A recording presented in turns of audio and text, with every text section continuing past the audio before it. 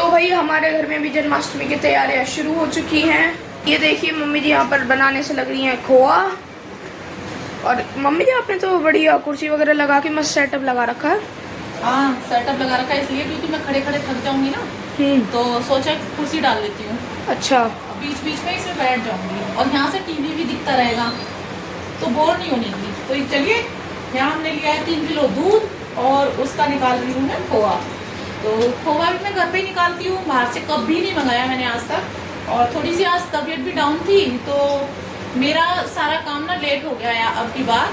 और नहीं तो मैं 2 दिन पहले बना लेती हूँ सारी मिठाई वगैरह सब कुछ, लेकिन अब की बार मेरी तबीयत डाउन चल रही है तो थोड़ा सा लेट हो गया है। लेकिन कोशिश करूँगी ज़्यादा से ज़्यादा कर पाऊँ। तो चलिए, जब हमारा खोवा बन जाएगा फिर उसके बाद बताती हूँ मैं कौन सी मिठाई बनाऊँगी। तो सभी को मेरी तरफ से जन्माष्टमी की हार्दिक शुभकामनाएं। और हाँ, जन्माष्टमी के साथ साथ एक और सरप्राइज है, तो बने रहिए व्लॉग में, वो हम बताएंगे आपको जन्माष्टमी वाले दिन। तो यहाँ मैंने मावा निकाल लिया, ये देखिए। और अभी मैं इसका वेट करूँगी कि कितना है, कितना वज़न है इसमें। 3 किलो दूध में कितना मावा निकला है ये मैं आपको करके दिखाऊंगी। तो ये देखिए, मैंने यहाँ वेट किया है खोए का। तो ये खोआ हमारा 800 ग्राम के करीब निकला है 3 किलो दूध में। तो सही निकल गया। चलिए बनाते मिठाई। और यहाँ एक तरफ चौधरी साहब नारियल छील रहे हैं। तो आज मैं कच्चे नारियल से बनाने वाली हूँ एक मिठाई। ये देखिए, 2 नारियल मंगाए मैंने और दोनों ही आधी आधी किलो के हैं ये भी। यहाँ मैं बना रही हूँ नारियल के मलाई वाले लड्डू। ये देखिए, ये मैं कच्चे नारियल से बना रही हूँ। और पहले मैं इसे थोड़े से घी में, 1 चम्मच घी में मैं नारियल को भून लूँगी अच्छे से। अभी क्या डाला है मम्मी जी आपने इसमें? अभी क्या डाला है आपने मम्मी जी इसमें नारियल में? मैंने डाला है इसमें 1 गिलास दूध ये वाला और आधा गिलास चीनी। तो मैं इसे तब तक पकाऊंगी जब तक ये बिल्कुल सूख ना जाए। अच्छा। और एक तरफ मैंने ड्राई फ्रूट्स भी फ्राई कर लिए हैं, थोड़े से काजू, थोड़े से बादाम और थोड़ी सी किशमिश। डिनर में क्या है? डिनर में बनाया मैंने नमकीन चावल, नमकीन पुलाव। अच्छा, ये रहा दक्ष का खाना। और बाकी इसमें क्योंकि आज काम बहुत है ना, तो मैंने आज खाना थोड़ा हल्का कर दिया है जिससे कि हमारा जल्दी काम निकल जाए। तो यहाँ हमारा नारियल का दूध बिल्कुल सूख गया है और इस तरह का मुझे इसे रखना है। और अब मैं कर दूँगी गैस को ऑफ और सारे ड्राई फ्रूट्स इसमें मिक्स कर दूँगी। साथ में मैंने इसमें इलायची डाल दी है और थोड़ी देर के लिए ठंडा होने के लिए छोड़ दूँगी। तो चलिए जी, अब हम बना लेंगे घिया की लौज। ये मैंने 2 किलो घिया लिए हैं। और घिया की लौज मैं हमेशा दिवाली पर, जन्माष्टमी पर हमेशा बनाती हूँ। और एक तरफ मैंने नारियल को रख दिया है ठंडा होने के लिए। और सबसे पहले मैं अपने घिया को छील लूँगी। और ये लौज इतनी टेस्टी लगती है। किसी के यहाँ लौज बोलते हैं, किसी के यहाँ घिया की बर्फ़ी बोलते हैं। आपके यहाँ क्या बोलते हैं प्लीज़ कमेंट करके ज़रूर बताइएगा। और इसे मैं सबसे पहले छील कर ग्रेट कर लूँगी। और बच्चे मेरी काफ़ी हेल्प कर रहे थे आज के दिन, क्योंकि जब त्यौहार वगैरह होते हैं तो मेरे बच्चे साथ में लग जाते हैं। और दिखाती हूँ मैं आपको इसे लौज को। तो यहाँ मैंने घिया छील कर रख दिए थे एक साइड में। और फिर बना लूँगी मैं ये नारियल के लड्डू। तो यहाँ हमारे नारियल के लड्डू भी बनकर तैयार हो गए थे। फिर मैंने अपना घिया भी ग्रेट कर लिया है। और फिर मैंने रख दी है कढ़ाई गैस पर। और अब मैं घिया को थोड़ा सा भून लूँगी। जितना भी इसमें एक्स्ट्रा पानी है उसको जला लेंगे। इस घिया की लौज में मैं आधी किलो के करीब मावा डालूँगी। ये देख सकते हैं आप, दिख रहा होगा आप। मैंने इसका वेट किया है, इसमें वेट करके ही मैं डालूँगी, एक अंदाजे से नहीं डालूँगी। और यहाँ हमारी घिया की लौज बनकर तैयार है। मैंने इसमें मावा भी डाल दिया है और फिर मैं इसे घोटे से घोट लूँगी। तो जितना मैं इसे घोटूँगी हमारी बर्फ़ी उतनी ही अच्छी जमेगी। तो इसे मैं बहुत अच्छे से काफ़ी देर तक घोट लूँगी। और यहाँ मैंने एक थाली ले लिया है और फिर उसमें लगा दिया है थोड़ा सा घी। और इसे पलट कर मैं रख दूँगी थोड़ा ठंडा होने के लिए। और मैं इसे साथ के साथ ही काट कर रख दूँगी। और फिर सुबह हम इसके पीस निकाल लेंगे। और फिर नेक्स्ट मॉर्निंग यानी कि 16 अगस्त, तो आज है जन्माष्टमी। और जन्माष्टमी की आप सभी को ढेर सारी शुभकामनाएं। और आज मेरा बर्थडे भी है। तो यहाँ मैंने सबसे पहले उठकर झाड़ू पोछा किया है। फिर मैं चली गई थी बाथरूम में कपड़े धोने के लिए। फिर मैं आ गई नहा धोने के बाद। तोरण बनाने के लिए। तो यहाँ मैंने तोरण बनाई। मम्मी जी हैप्पी बर्थडे।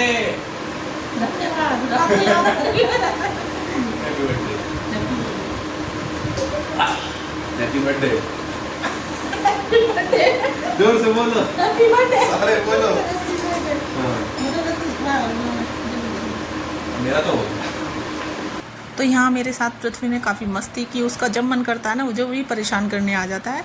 तो यहाँ हमारी तोरण बनकर तैयार है। तो यहाँ मैं पहले पुरानी वाली तोरण निकाल लूँगी और नई वाली हम टांग देंगे। मैं हर त्यौहार पर ऐसे ही करती हूँ। तो तोरण वोरण टांगने के बाद मैं आ गई थी फिर से किचन में। फिर मुझे बनानी थी पंजीरी। तो यहाँ मैंने थोड़ी सी पंजीरी बनाई और थोड़े से क्या बोलते हैं, थोड़े से मैंने बनाए थे पेड़े। हाँ, थोड़ी सी पंजीर बनाने के बाद मैंने थोड़े पेड़े बनाए और नारियल के लड्डू भी हमारे तैयार हो गए थे। तो ये देखिए हमारी पंजीरी बनकर तैयार है और दिखाऊंगी मैंने क्या क्या भोग में बनाया है कान्हा जी के। तो ये देखिए, तो यहाँ हमारे पेड़े भी तैयार हैं, देख सकते हैं आप। मैंने ज़्यादा नहीं बनाए, थोड़ी थोड़ी सारी चीज़ें बनाई थी और जितना मुझसे हो सका, जितना पॉसिबल था वो मैंने सब कर लिया। यहाँ हमारे नारियल के लड्डू भी तैयार हैं और ये घी की लौज भी तैयार है। तो अभी मेरा काफ़ी काम रह रहा था, तो जो कुछ हो चुका था वो मैंने आपको दिखा दिया। अभी बनाऊंगी मैं माखन। तो ये मैंने गाय का देसी घी ले लिया है और इसमें डालूंगी मैं थोड़ी सी आइस क्यूब और इसे फेंटने के बाद हमारा बन जाएगा माखन। और इसमें मैं थोड़ी सी देसी मिश्री होती है ना धागे वाली, वो डाल दूंगी। तो ये देखिए मैंने 2 आइस क्यूब डाली है और इसी से हम अच्छे से फेंट लेंगे इसे। तो हमारा माखन बिल्कुल बन के तैयार है। जैसे कि हम घेवर के लिए तैयार करते हैं ना, वैसे ही हमारा माखन बन के तैयार हो जाएगा। पर गर्मी बहुत ज़्यादा हो रही थी तो ये साथ के साथ मेल्ट भी हो रहा था, तो इसे मैंने थोड़ी देर के लिए फ्रिज में रख दिया था। तो ये देखिए माखन हमारा बनकर तैयार है और अब मैं डालूँगी इसमें थोड़ी सी धागे वाली मिश्री। तो ये मैंने इमाम दस्ता ले लिया है छोटे वाला और इसी में मैं इस मिश्री को कूट लूँगी। तो इतनी मिश्री मैंने ली है और कान्हा जी को तो बड़ी पसंद है माखन मिश्री, तो बहुत ही फेवरेट है उनका। तो ये मैंने धागे वाली मिश्री ली है और यहाँ मैं उसका धागा निकाल लूँगी और उसके बाद हम इसमें मिश्री मिक्स कर देंगे। तो यहाँ मैंने अपना माखन मिश्री भी तैयार कर लिया है। कान्हा जी का प्रिय भोग है, ये बहुत ही पसंदीदा भोग है। तो ये तो बनाना ज़रूरी है। खैर सब भोग के साथ साथ ये भी बहुत ज़रूरी है, पंजीरी भी बहुत ज़रूरी है। तो जितना पॉसिबल होता है मैं उतना करती हूँ, प्रेशर नहीं लेती, क्योंकि प्रेशर लूँगी ना तो मेरा कोई भी काम नहीं होता। क्योंकि मैं अकेली हूँ काम करने वाली, तो मुझे ये लगता है कि नहीं, मैं जो काम हो रहा है मैं उसे ही करूँ, पर अच्छे से करूँ, चाहे मैं कम कर लूँ। तो ये देखिए हमारा माखन मिश्री भी तैयार हो गया है। अभी मैं इसे रख दूँगी एक ग्लास में। ये कांच के मैंने ग्लास ले रखे हैं, तो देखने में काफ़ी अच्छे भी लग रहे थे। तो साथ के साथ मेल्ट भी हो रहा है, तो मैं इसे रख दूँगी थोड़ी देर के लिए फ्रिज में। तो यहाँ हमारा माखन मिश्री भी तैयार है।